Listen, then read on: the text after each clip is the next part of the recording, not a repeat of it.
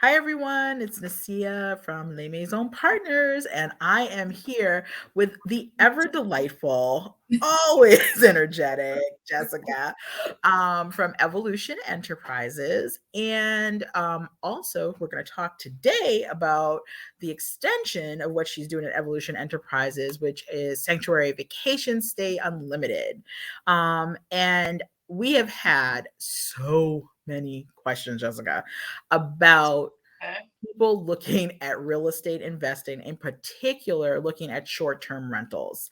And most often, people talk about Airbnb, Mhm. but there is an entire portfolio that you can experience with real estate investing as far as short term rentals. And this is something that you've added to your portfolio, to your stable. And I'm telling you guys, she is blowing everybody out of the water. She is Oh, amazing. here.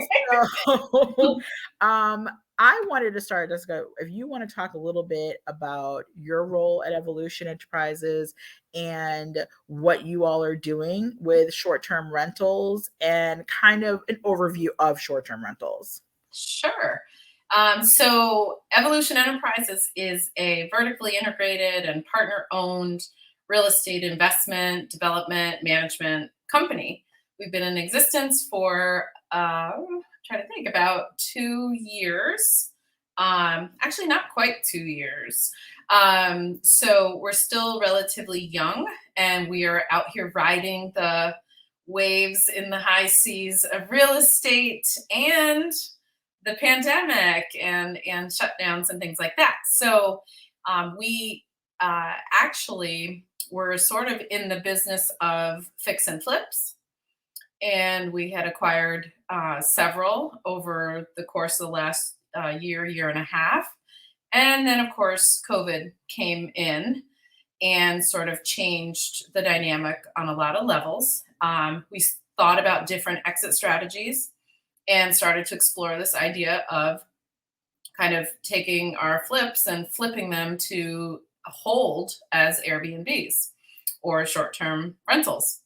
And we started with one, we added a second, and we're continuing to turn our flips over into Airbnbs. So we have, I think by the end of this year, we'll have, I'm trying to remember to see, I think we'll have maybe 13 different units in operation here in the capital region of New York State.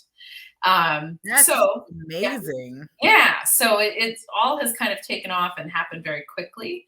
But it's one of these things where once you have a system in place, you can kind of just rinse and repeat, right? So that's made it very easy for us to kind of scale and turn more and more units live. But it's an exciting area of real estate investing. Again, it's not one that we set out in mind to do, but we just spoke about it. There's so many people just kind of clamoring around this new idea. It's all the rage, right? Is Mhm. grab you a little rental, throw some furniture in it, So, there are a lot of ways to go at it. Ours has been more with the mindset of really developing a brand of short-term stays. First in our local area, while we um, kind of massage and manipulate that system we've developed, get it exactly where we want it to be, and then we see this going, into other regions and other states, and who knows, abroad is something we've talked about as well. So that's kind of where we are. My role at Evolution Enterprises is a really fun title. It's Queen of Engagement, and I live it every day. Like, you're gonna have your own business. Why not, create Exactly. the best title possible for yourself? I really wanted Queen of the World, but it just seemed a little reach there. You're So, right. so Queen of Engagement. So I'm not the only one, but I'm the main face of the company, and I do a lot of kind of helping, um, you know, root our brand and get us out there and get us in front of as many people as possible. Look at developing partnerships with other businesses and other companies and individuals that help promote all of us. And so it's an exciting role and an exciting time. Telling you, Airbnb short-term rental is really where it's at. It's become my mainstay in the company. So, and it's taken off quickly. So I'm excited to talk a little bit more about it. We are really hearing so much about it. And I think one of the things, and especially Chris and I wanted to have you on because we really want to kind of dismiss some of the myths. The barriers to entry to short term rentals are, in our minds, a little bit lower Mhm, if you're not going to be buying the property itself. mhm, So there are a couple of different ways that you can go into it. And I think the misinformation that's surrounding this particular kind of real estate portfolio is really pretty high. mhm, And so there are a lot of this get rich quick kind of schemes that are surrounding this particular investment. And so we really wanted you to come in and talk a little bit about your experience and also what people should be keeping in mind. What are the different opportunities? Do they actually need to buy a property in order to be in this business, or can they do something through corporate leasing? mhm. So, I wanted to talk a little bit about that and what your thoughts were. Sure. It's interesting when I started out, when we first launched our company, I was looking at every angle in real estate investing. And I did land on short term rentals. But at that time, we were just getting started. We didn't own a thing. We weren't established. We didn't have a track record of any kind, any history to really demonstrate our experience or professionalism. And I stumbled upon what a lot of people are finding now, which is yet another angle in this, is just um, acquiring contracts to manage other people's short-term rentals. So you have a lot of folks who own a property or own a second rentable space that don't wish to really be in that driver's seat of managing that or being even a landlord of a short-term rental. It still comes with a lot of responsibility. So, but they have the space and they want to maximize and have some passive income. So there are people who will hire other people to manage for them. So I started to go down that road until I hit a wall in a program where it was like, now that we've got you roped in, it's $5,000 to get the keys to the kingdom and really learn how to do this. And I was like, yeah, I'm gonna go this way, I think. But so that absolutely, I think your question was, do you have to own property to be in this game of short-term rentals or Airbnb? Absolutely not. We just happened to kind of, like I said, have the experience we did. We happened to have a portfolio of properties, and we decided we would flip those to Airbnbs. Now, after doing one and two and three and more of those, and refining our system, I realized pretty quickly, pretty early on, like, this is intense. Like, this is, well, it was made more intense for us because we purchased property generally off market with some level of distress. So we are doing some level. Generally, they've all been about a mid to high level heavy lift, if you will, rehabs. So if you're adding the rehab on top of the setting up the space, on top of setting up your system, times 1, 2, 3, and more properties, that's intense. That's a lot. So I started to really quickly think about, like, how do we continue to do what we're doing, but take a lot of this out of the mix. So we've refined our approach to the types of properties that we'll pick up. So now, for Airbnb purposes, we want properties that there may be a higher cost to get in to them, but they are ready for a little lipstick and turnaround, right? And that's something we can do quickly and easily with our team. So that's one thing we've changed as owners of short-term rental properties. As operators of short-term rental properties, we're also now moving into that world of corporate rentals. So that's something you referenced. I know a lot of people have interest in it because it does not require that you own property. You yourself can be a renter and be an Airbnb operator if you're able to set it up. But I think that something I want people to know is that while it is a quicker means to an end than purchasing a property and renovating it and so on, it still encompasses all the same responsibilities as a host, as an operator. Um, and it comes down to kind of what your mindset is and what type of host and operator you want to be. Like I said before, we're envisioning really a developing brand of short-term stays. So our mindset is that we want to be very responsible, very engaged hosts. We want to be welcoming and respectful of our guests. And when it moves into the corporate rental world, we want to be very transparent with the corporation that we're renting from. And we want to be the best possible, neighbor in that community. So it does come with added responsibility, and being neighborly in a community where you're actually not residing takes a little bit of finesse. You have to really set your parameters such that you're going to have the type of guests who are going to abide by your house rules and go above and beyond to help you maintain that rental in a way where everyone's happy, basically. But the other thing about corporate rentals is you'll hear people say, and there's truth behind it, it's not untrue, but you really definitely want to go into it renting as a corporation, as a business, not as yourself individually. So you may form an LLC or some other type of corporation to actually be the leaseholder, let's say. Generally, there's still going to be someone asked to be the guarantor or the responsible party.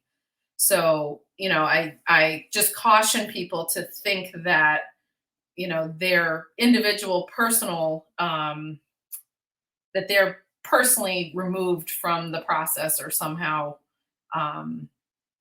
safe from any issues that might come up. If you are asked to be a personal guarantor behind your corporation, which you see a lot on loans, on all kinds of things, it's not out of the norm. Anything that happens can trickle to you on some level. So just to be aware of that. But I'm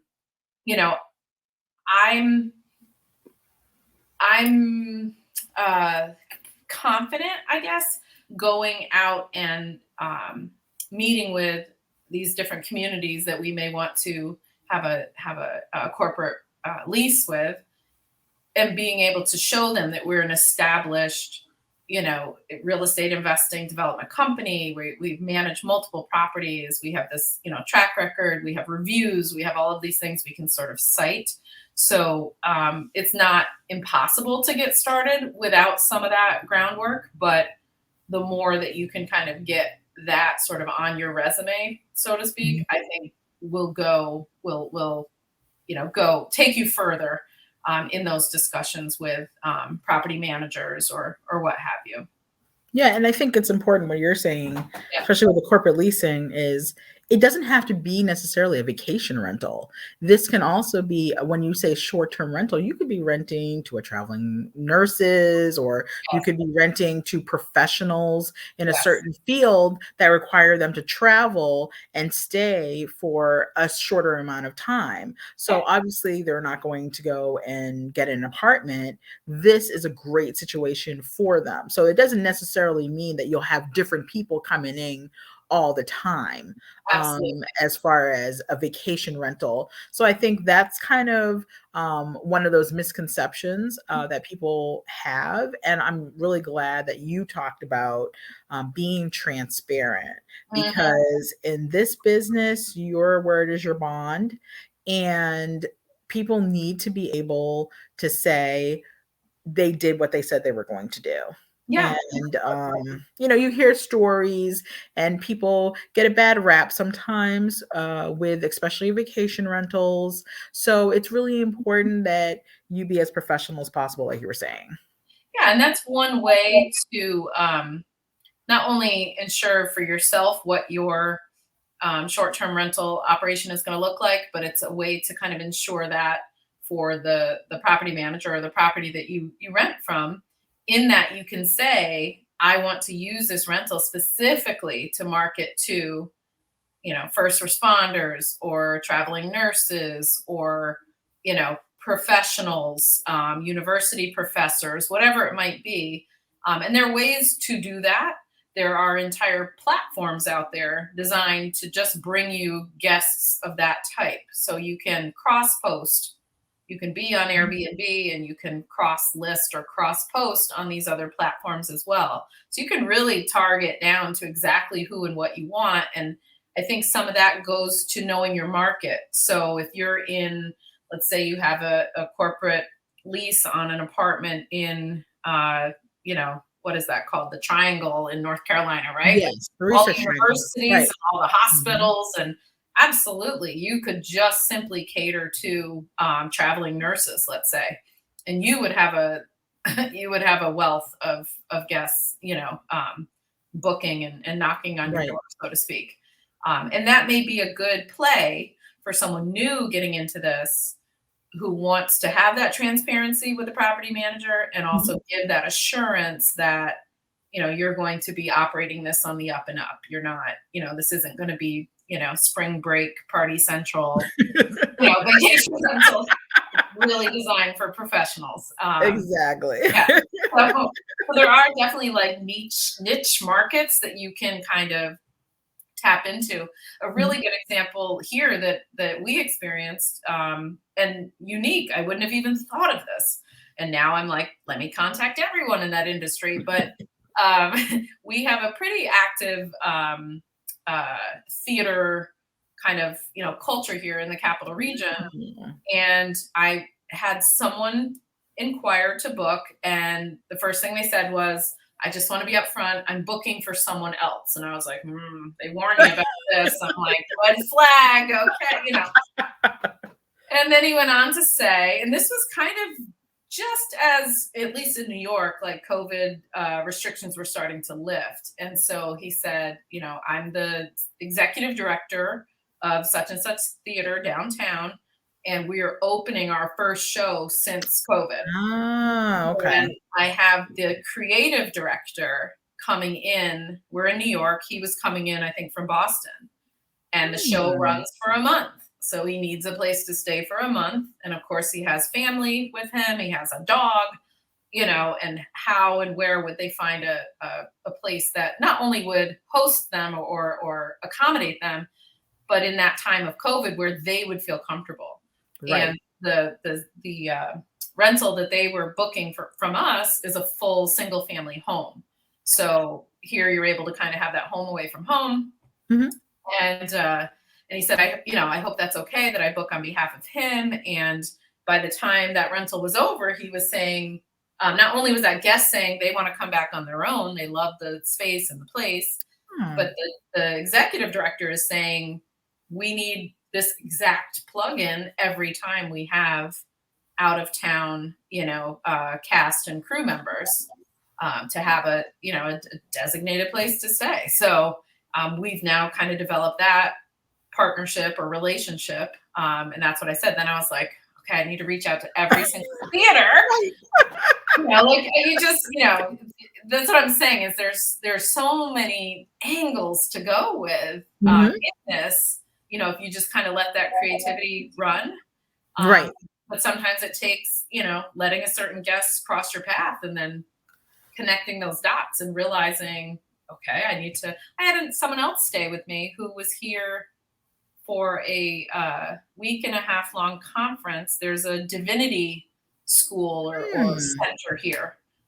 And again, she wanted to bring like her elderly parents with her while she was here and kind of make a vacation out of it. But she was doing this educational training. And so I thought, okay, I mean, it's not just your colleges and universities, hospitals, and then Right. like big ticket draws like Disney World or, Times Square. It can be just these, centers and these opportunities where people are going to come into your area and stay for, a good amount of time to where a hotel might price them out or it just might Yes. not be comfortable to stay in a hotel that long. Yeah, I completely agree. I'm also thinking so for somebody who's getting started, Mhm. you're doing a lot in the capital region. That's where you are right now. That's where a lot of your business is. When you're first getting started, do you feel as if it's important that you actually are in the location where you have your short-term rental, or do you feel as if you can manage it correctly, you can be out of state? That's a really good question. And I think it would be a person to person kind of thing and knowing yourself and your skill set and abilities and grit, basically. Um, so, I mean, as you know, all of ours I manage here locally, and there have been some instances or some sudden changes or cancellations and things like that it definitely were made easier by the fact that I was right here and could kind of Mhm. go right on site if I had to or figure something out. Now, I'm not the one turning over the Airbnb every time a guest, comes and goes. I'm not doing the landscaping. I'm not fixing, handyman types repairs in the units. So obviously you want to have your ground team wherever you are, whether it's local or you're managing something, out of state or out of the area. So, I mean, as long as you are confident in your team and in your, system and sort of your management and communication with your team, I know that you can do this really anywhere from anywhere. Okay. But starting out, I don't want to limit anyone. Um, but I would say, even if it's not your own Airbnb, if you could, find a mentor or something like that, and just Sure. kind of dip your toe in and get a taste for the pace and Mhm. the what's required of you from a management operator host perspective, and just get a feel for if you think you could do that at a distance. Okay. And people do it every day, and it's our next level and our next natural step is to say what we're doing here we can do anywhere else. But I know for me it's going to help me feel more confident doing that because I know what it looks like in real time here, and so Okay. I can like better anticipate what I'm going to need or what might happen elsewhere. Um, I don't think Airbnbs or short-term stays are all that different depending on where they are. I don't think they are. I think you Okay. have the same issues, you have the same concerns, you have the same, needs for to keep your units up and all of that. Mhm. It's just knowing and trusting that you have someone representing you, you know, effectively wherever that other unit is. Um, Okay. I mean, that all makes complete sense. I yeah. think so many people have the question, well, how do I start? How do I start? And I think when you were talking about that mentor piece, Hmm. I think that itself is invaluable because a lot of times that mentor can lead you to the team that you need as well. True. Because they may have a core team and they can tell you, if not let you use also the core team, but that they may also be able to point you in the direction of where you can find your team or what you're looking for. And there are such nuances like, do I need permits? Do I need to register something? Do I need insurance? I mean, these are all things that may not be apparent to somebody who's just starting. Mhm. And Yeah. I think that mentorship is invaluable. Yeah. I mean, I think in any industry, right? So this would be no different. Right. And, I think not only can they lead you to kind of the resources that you might need, but through your mentor, um, you can kind of experience real time and sort of the bumps and the hurdles and the obstacles that you might face on your own. You get to kind of do that in that safety of seeing it through someone else's eyes and watching and seeing and learning how they handle it. That's going to save you time and heartache, quite frankly, and headache. To have to kind of bump around in the dark and figure it out yourself. You can have someone really shining a light on all those things, and then you can hit the ground running and go so much further when you're starting out. Because the worst thing is starting out in any kind of venture, right? And just kind of being Right.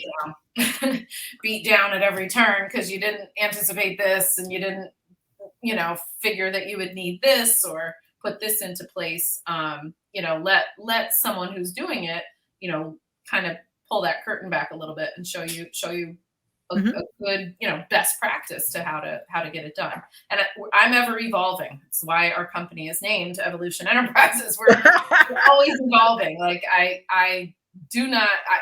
have expertise. I don't claim to be the expert or the guru, right?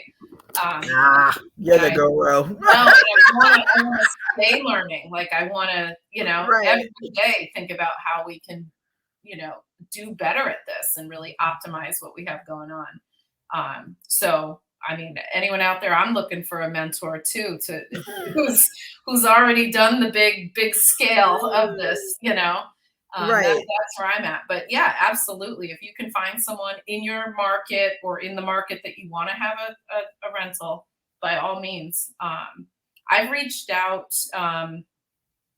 and study. You might use other platforms, but go on, if you don't already have a profile, an account set up on Airbnb, do that and study it.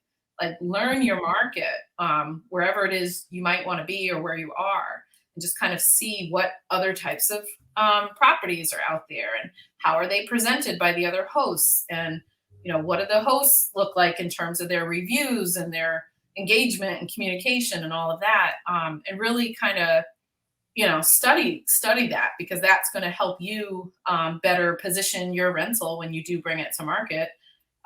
You'll be ready to go. You'll have your finger on the pulse, and there's a lot of tools out there you can use. AirDNA, there's different things that'll tell you where you should price and so on and so forth. But I think there's something to kind of figuring some of that out intuitively on your own as well. I don't think any one platform or tool is perfectly reliable. I think you want to definitely know for yourself too. You could be missing an opportunity if you solely rely on where that's pointing you. But yeah. So what about you? If somebody said, I don't know where to start, I am interested in doing some of my own research, but what about if I just contacted Jessica? Don't start. Is that something that you would, that you currently do? Are you available for consultations? If somebody's interested in getting started, is that a service that you also offer? It actually is. So I'll allow it, Nasya. Okay. It actually is. We're doing it sort of in two ways. So I spoke of our brand before, Sanctuary Vacation Stays. One opportunity or one option is to work with folks who already have a space. So someone who owns a second home or owns an in-law suite or a house at the beach or whatever it might be, who want to, have that passive income rolling in. They really don't want to be restocking toilet paper and, taking phone calls in the middle of the night because someone forgot the door code. Like, Right. don't want any part of that. They just want to check. We're set up where we can kind of bring your rental in under our brand and manage it for you. Okay. So some of the benefits of that is that we already are established. We already have a number of reviews. We already have, our legs under us. We're not a brand new host or a brand new listing per se. And when someone looks at one of our already established listings, they can easily then click into seeing, oh, they manage all of these. So let me consider this one too, or let me bookmark this one for when I'm in Florida or whatever it is. So there's some benefit to that for an owner, a private owner. So that's the private owner side of it. Then there's the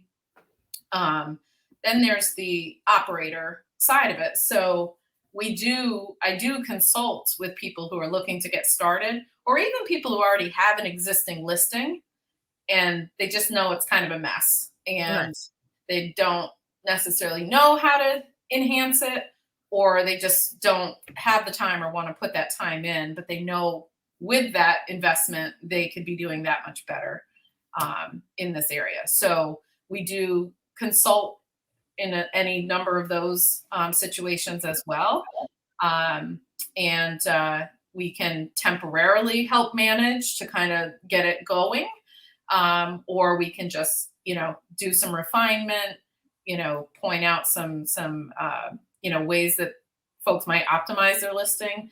And it's not just how it's presented on Airbnb or other platforms. It might literally be like, here locally, it's much easier, but you can do a lot by FaceTime. But, let's walk around your unit. Show me around. Let me see what you have going on. What's your welcome like to guests? And, how do you help, enhance their experience and their stay? And what are you doing to try to get return guests? And all of those kinds of things that can just kind of level up your listing. We also consult on that. And if you can't tell, I'm slightly obsessed with short-term rentals and Airbnb. So I have a lot of fun with it. And every time I talk with someone else who might look to me to have a little bit of help or guidance or something like that, like I'm using it as a learning experience for me too. So every host is a little different. Every property is a little different. And I think that's what keeps it exciting for me, at least. It's never the same thing every day. I love the diversity in your portfolio as well, because you're not just talking about you have that experience with properties that you are holding and that you've rehabbed and that are in this space, but you're also talking about the corporate leasing side as well. And I think it is important to have that diversity. And I think from what we're getting from you is that not everybody needs to build an empire off of this. Sometimes just one unit, one property, and that's all they want to do.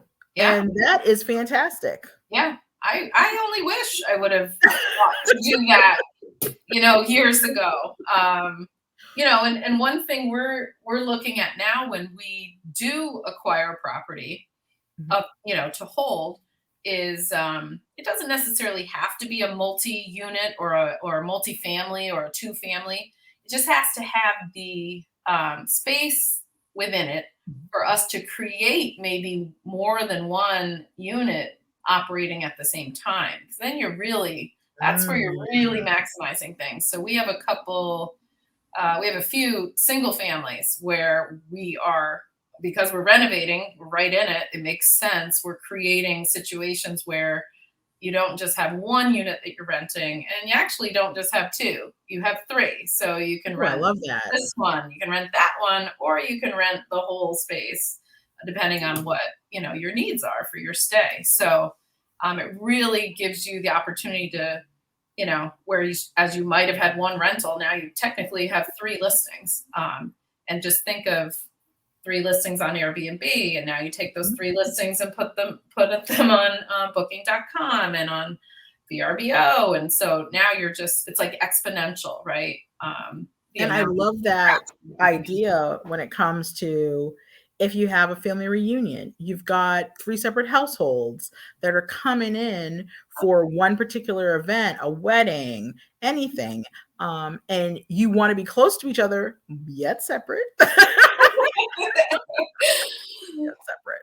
hadn't So really thought of that play on it, but I should really that is market that. actually what I was thinking. Family that doesn't want to see their family, but you're on vacation. Yeah.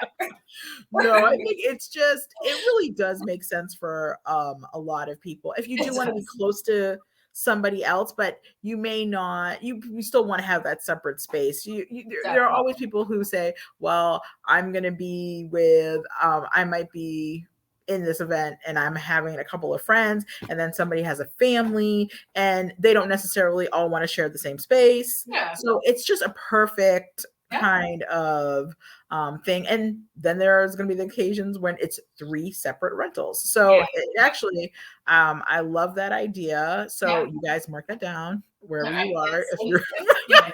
thinking I'm about working very well. doing this.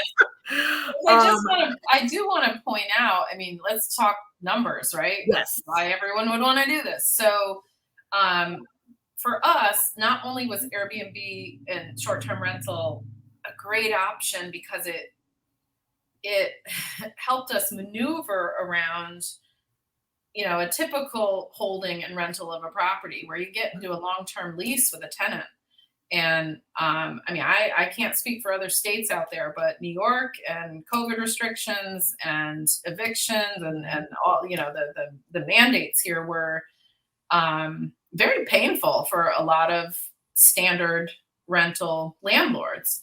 Um, and gave a lot of support to tenants during all of those Right. months and literally gave nothing to landlords who, I know actual people who had to sell their own primary residence because they were so Wow. behind in trying to just keep up this rental without any rental income. I mean, that's an impossibility. Nobody gets Right. into with landlording to not collect rent. So it helped us kind of steer around the red tape issues with evictions and things like that. But it presented other opportunities, which I think are important. So when you purchase a property and you're going to do some level of renovation, or maybe you're just going to add that lipstick to kind of make it your brand or what have you. Every time you do that, you're making different levels of investment, right? Mhm. So, when you get a long-term tenant, it's not always the case. There are great tenants out there, but you have this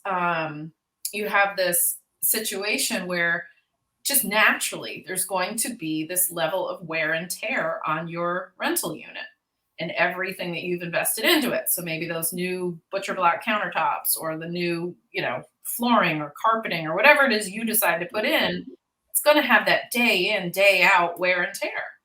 And in a lease arrangement, you can have certain, parameters for your tenants, but there's, once they're under lease, they have a good amount of freedom to kind of live as they please, right?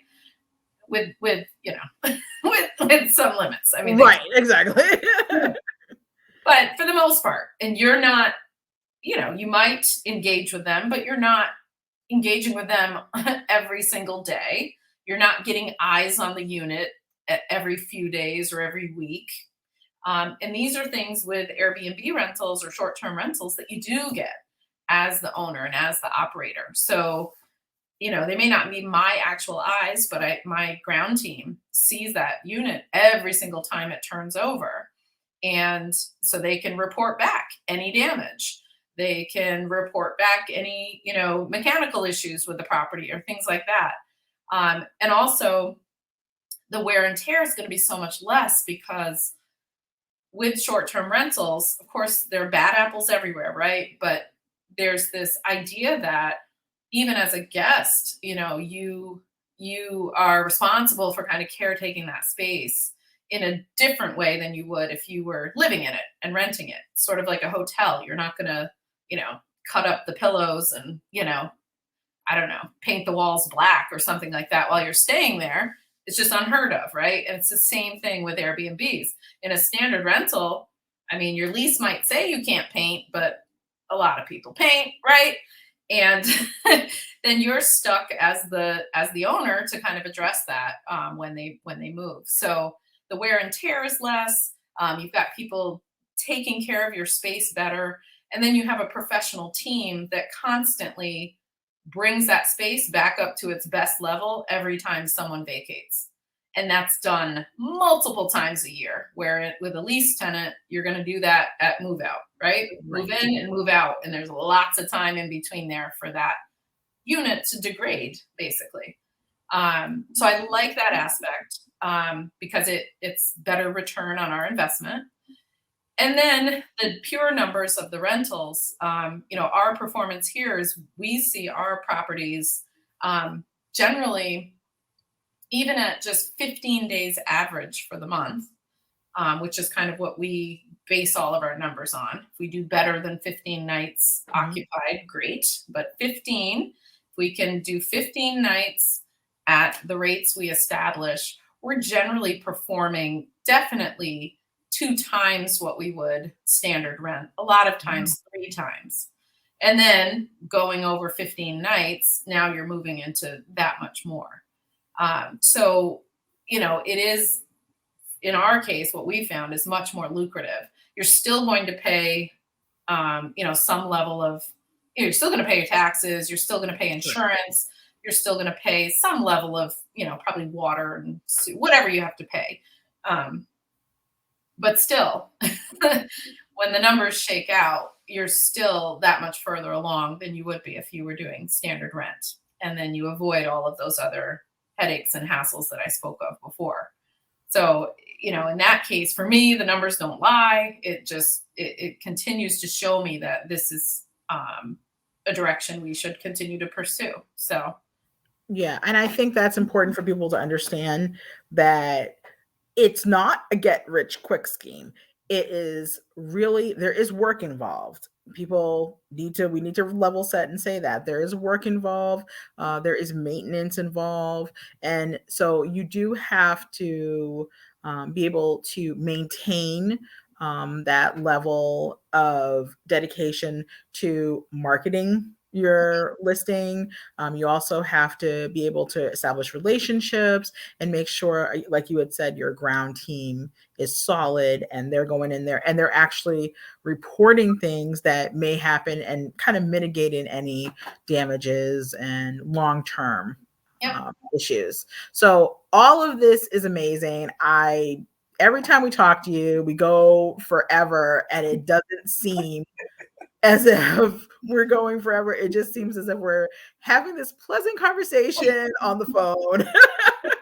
So I really always appreciate that part of you with you, Jessica. And I Yeah. really want people to know out there that this is absolutely possible. You do not have to come from a real estate background to achieve. Jessica did not come from a real estate background. And so this is something, a passion that she fell into. And so this is absolutely doable if you have the right tools, if you're motivated, and this is what you want to do. So I am going to let you have the final say, but I did want to say, because Kristin is not here and she would be very remiss if I did not mention if you are looking to get started and you are looking for a property, please feel free to contact us at Les Maisons Partners. I know Kristin will be very proud that I did that. But I will I'm give a you witness. yes, and I will give you the final word. Well, I don't have much more to say except to really just say thank you for having me on again. It's fun to see. I don't know. I think we did one of these maybe like a year ago, I and know. it's just fun to kind of see the progression. And I think that speaks a lot to the world of real estate and real estate investing. It's super, super dynamic. And if you're creative and you're a go-getter, and you're willing to take some level of risk. Let's call it what it is. It is. But you're built for that, right? You have some higher risk tolerance. Then it's absolutely something you should definitely pursue, consider, try to line up, like I said, other folks around you, a network or a mentor, if possible. I'm sure talking to you ladies would be, you're a wealth of information, whether it's finding a property or just helping kind of steer people to different directions and opportunities. You two would be a great go-to, I know for a fact. So, but having said that, if there's anything particular that inspired folks in our discussion that you would like to talk to me about more, I'm more than willing. Like I said, did not have any kind of real estate background, so it took talking to a lot of people and learning. And I really believe in kind of reaching back and lifting others as well. There's a lot of room at the table. That's what I always That's say. right. So Yeah, we so appreciate it. So we're coming to the end, and we are going to bid everybody a good night. And whether you're watching this in the morning or evening, and please make sure that you stay tuned, subscribe, and like our stuff. So we're going to continue to give you more and more of what you guys are asking for. So good night, everyone, and join us next time. thank you.